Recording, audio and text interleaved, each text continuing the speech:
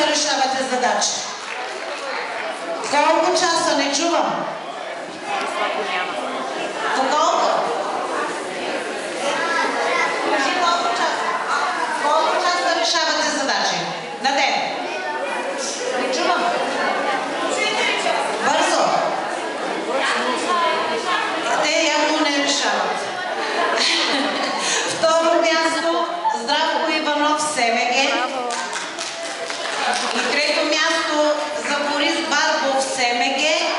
Трето място също за частно основно училище Света София, Николай Благоев. Браво на Ники! Хайде измежду всички СМГ-ици там. Това е трето хубаво, много хубаво място. Четвърто